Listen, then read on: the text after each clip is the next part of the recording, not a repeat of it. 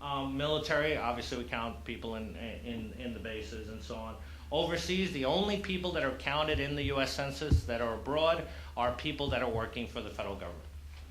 So therefore, if they're in an embassy or if they're in a military base, then they get counted back to their home base. But that's the only people that we count overseas. We don't count people backpacking and stuff like that. Next one, please. Okay, so in the Houston area, we have, are they open already? Yes. All offices should be in semi-states of open already. 8 local census offices. Again, the offices are basically for processing, for payrolls, for back-end stuff. They're not really meant for the public to go to. But all the offices will definitely be up and running and operational as far as taking calls and doing everything else by December, because that's where the phone lines go into for the jobs numbers. We'll need over 16,000 employees at peak in Houston, which means we'll need 80,000 applicants, because people tend to apply for jobs that really don't want to work. Or people tend to apply for jobs and then they get into training and go, I have to do that, or forget it, I'm not doing that, and so on. So we generally need a 5-to-1 formula for people that apply to people that actually end up working for us. So we'll need about 80,000 applicants. The recruiting effort's going to begin this month. I believe around the middle of the month is when they're going to turn the phone line on. The phone number I know you've all been waiting for is 866-861-2010. And there's also a website as well, 2010 Jobs. Is that? Oh, yes, I'll repeat the number, 866-861-2010. And the website is, Gina, do you know what the website is up to? 2010censusjobs.gov. And there's brochures up at the table and so on, which will give you the phone number and that as well as some information on the jobs.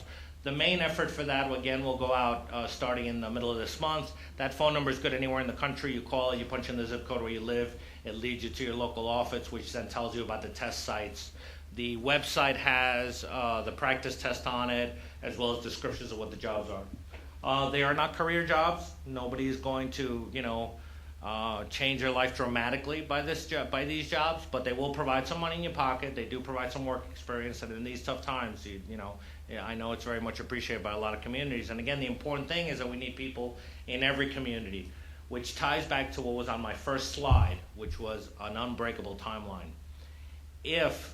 My main goal is to make sure that in that 20-block area or in that part of town, I make sure that I have people from that part of town working there. But if I don't get enough applicants or enough people applying for a job by the time the operations start, then I still have to do the operation. So that's where I need to send people in from the other side of town or from the other area, and I don't want to do that. We've done it in the past. We've had to do it because the operations have to keep going, but it's very important to me to cast as wide a net as possible and get as many people, as many language skills, and as many communities involved in the job process as possible so I can have the right people knocking on the doors. Next one. Okay, January, April is a maximum partner advertising effort. We've had partnership people have been on the ground for, 2 years. We've been working with the City of Houston since the beginning. It's obviously a long-term effort, but it all peaks to January to April. That's when we want to have as many events as possible. That's when, if there's ever any meeting with 20 or more people, please call somebody from the census so they can get somebody there. Just stand up and say, hey, how are you? Census is coming, I'm from the census. Any questions, track me down. Even something as simple as that. We will have enough staff. All the advertising will be hitting nationally, so it will be on everybody's radar. And there's a variety of events that I know the complete count committees are planning to do around that time frame to Hyman. In March, the questionnaires will begin to go out. It's a total of 7 pieces of mail. Nobody should be surprised. It's like an advance letter. Hey, how are you? Census is coming. There's another one, the questionnaire. If you throw that away, there's a card to remind you to fill it out.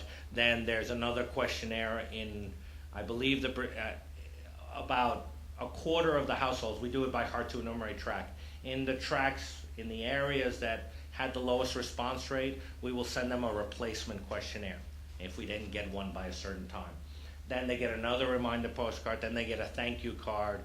So they get a whole bunch of pieces of mail to encourage them to fill it out while all the advertising is going on. And that starts around, obviously, since we have to mail out I think the last estimate was 158 million households. So 158 million households have to get 7 pieces of mail. So therefore, we start to mail out it doesn't all go out on one day because, we killed the postman. So it goes out, during like a 2-3 week period, starts in March, rolling out. But definitely by the last week in March, before April 1st, everyone should have a questionnaire. Everyone that was getting one should have a questionnaire. April 1st is Census Day. That doesn't mean you have to fill it out on April 1st. That means that is the key date that they're asking the question about. In other words, they're asking on April 1st, how many people live here? You don't have to wait till April 1st to mail it out. As soon as you get it, fill it out, mail it back. Mid-April is the questionnaire deadline. What that means is that after a certain point, and I put mid-April, I know I'm not specific there, but the date is still up on debate within the Bureau. But the bottom line is we want them to return as close to April 1st as possible, because if they wait too long, it's not going to matter. Someone's going to go knock on the door anyway, so all they're going to be doing is confusing themselves and causing more issues down the line. So we really need to push them to return in April. And May is non-response follow-up. That's when we do the majority of the hiring for the peak. That's when the 111,000 employees in the region. That's when the 16,000 employees in Houston will be out on the street starting in May. Next slide. Okay. And that's the last of my piece. And I'm sorry I went so quickly through it, but I know we want to do a